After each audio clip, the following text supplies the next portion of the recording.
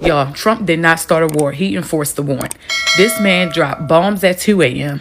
He captured the president and his wife at 3 a.m. He had a press conference at Mar-a-Lago at 11 a.m. And he was running Venezuela by 12 p.m. That's what you call a boss, baby.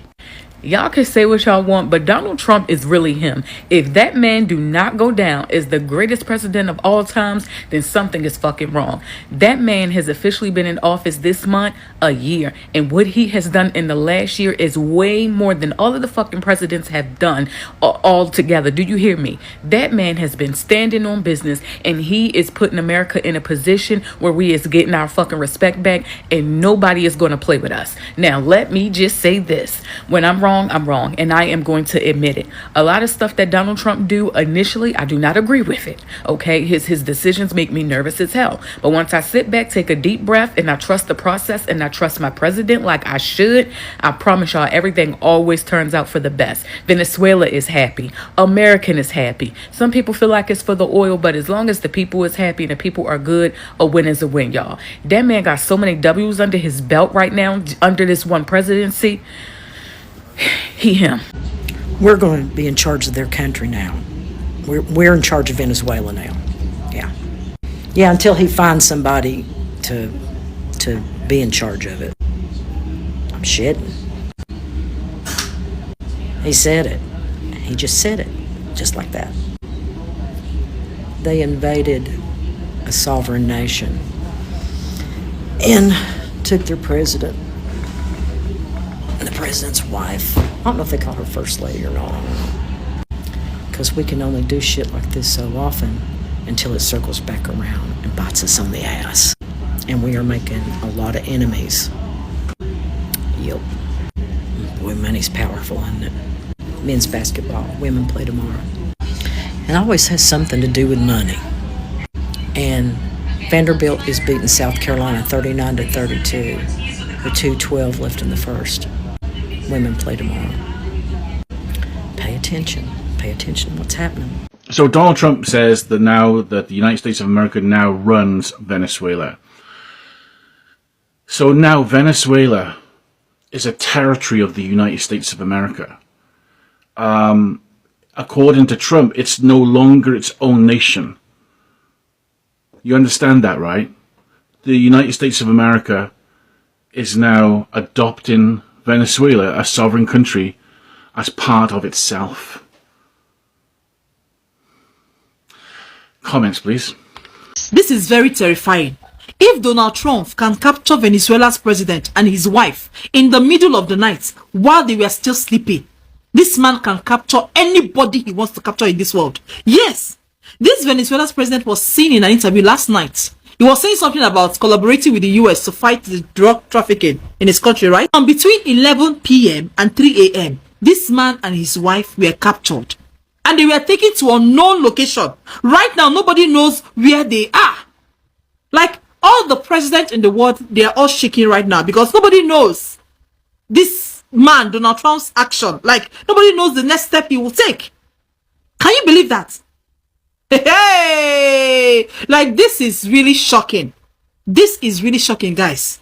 Everybody is shaking right now. Nobody knows where this man is. Venezuela's president, nobody knows where he is. With all his bodyguards and army people looking after him, standing guards, nobody knew when they came and captured this man and his wife while they were sleeping. Meaning that if this man wants to enter Nigeria, allegedly. Today has been a very complicated day for millions of Venezuelans around the world. For people like me, born and raised in Venezuela but living abroad, and for people who are still back home. Since the U.S. military operation was carried out around 2 a.m. in Caracas and Nicolás Maduro and Cilia Flores were detained, many of us have been asking the same question. Is this really the end of the Chavista regime? A regime that has ruled Venezuela for 27 years. A regime that destroyed everything we remember. A regime that transformed one of the most beautiful countries in the world into devastation. For the past few months, the U.S. government argued that its military activity in the Caribbean, including strikes on vessels, was meant to combat narco-trafficking coming from Venezuela. They repeatedly stated that the Maduro government is illegitimate. But at the same time, they kept talking about oil and oil reserves. about how Venezuela supposedly owes some form of oil to the United States. This morning, Donald Trump spoke to the media and said that the U.S. will run Venezuela temporarily, including seizing control of the country's oil infrastructure. He also said that the U.S. has been in conversations with Delcy Rodriguez, the current vice president. On the other hand, Delcy appeared on Venezuelan television calling this an unprecedented military aggression and demanding the immediate release of Maduro and his wife. Then came one of the most disturbing statements. Trump claimed that Maria Corina Machado, the leader of the opposition and a recent Nobel Peace Prize winner, is not popular enough to take over the country. This is the same Maria Corina Machado who has been a beacon of hope for millions of Venezuelans, both inside and outside the country. And this is despite the fact that the opposition won the 2024 election by millions of votes. Maria Corina Machado was barred from running for president, so she supported a substitute candidate, Edmundo González.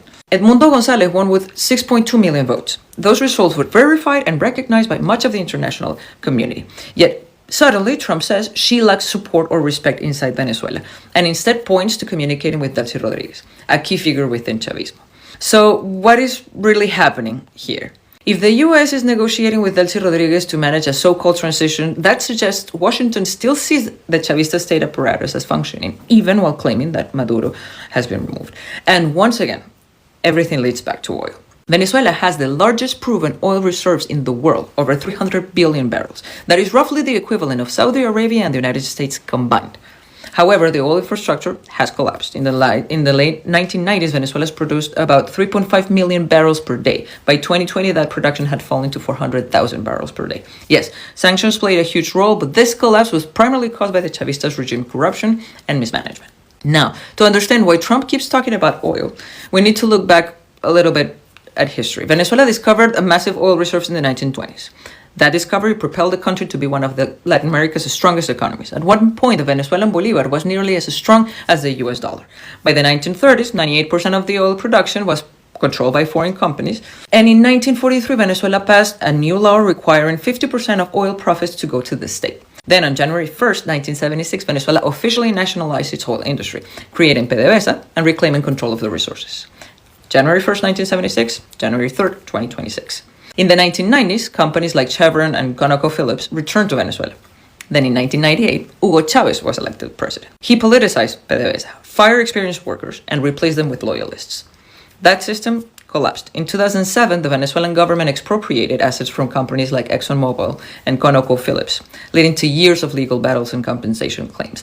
This is the compensation Trump is now referencing. So no, the United States does not own Venezuelan oil. This is about reclaiming the control through force. Which brings us to the biggest question of all. Why did the narrative shift from narco-terrorism to supporting Maria Corina Machado to suddenly dismissing her and negotiating with the Chavista regime? We don't know what happened behind closed doors, but we do know that this is not unprecedented. For Venezuelans, yes, we dreamed of seeing this regime fall. But now we have to ask, at what cost? The reason that Trump is attacking Venezuela is the same reason he has been targeting Mexico and Canada for over a year now. Now, Trump has been threatening to annex Canada since November of 2024, annexing being invading and occupying the country. But back in March of 2025, he put out an executive order called Safeguarding the Nation. It has a big long name, but basically it initially started about tariffs, but what they were talking about was the IEEPA, the IEEPA, which is the International Emergency Economic Powers Act. But a lot of what they focused on in this executive order had to do with fentanyl coming through the borders, through Canada and through Mexico. And if you look at the bottom down here, it says, both nations' failure to arrest traffickers, seize drugs, or coordinate with U.S. law enforcement constitutes an unusual and extraordinary threat to America's security, demanding IEEPA action to force accountability and protect American lives. Trump has been declaring Canada a threat to national security for over a year now. He keeps bringing this up when it's convenient, and a lot of people around the world will say, like, oh, he's just joking. They're not really going to annex. They're not really going to take over. The 51st state is a joke. But he keeps using this. He keeps pressing this button against Canada and Mexico, and this is the same kind of stuff that he is saying about Venezuela and why they have done 30 attacks, 30 bombings of vessels since September in the Caribbean and the Pacific, the Eastern Pacific. It's also why this executive order came out on December 15th. They designated fentanyl a weapon of mass destruction. with this designation, it allows the U.S., the White House, the president, to have a lot more power than he previously did. And it allows them to target certain countries. And it kind of goes back to like the Patriot Act and things that have stemmed out of 9/11 that were really dangerous, that gave the president more power and less oversight. But the same thing that is coming up with fentanyl, and the reason they're saying they're attacking Venezuela, they're not saying it's about oil, they're saying it's about Venezuela. That's why they designated Maduro the head of a drug cartel, which he is not. You know, the man is a dictator, but he's not the head of a drug cartel. But the fentanyl is the thing that they keep pressing the button on to be able to go into other countries and get the things that they want. And with Canada, it's the natural resources. We know that they want the critical minerals in Canada. They want them in Greenland. So we know that those things are on the line. But pay very close attention. I know that right now things are about Venezuela, but we have to keep in mind that this is what Canadians have been warning the world about for quite some time now.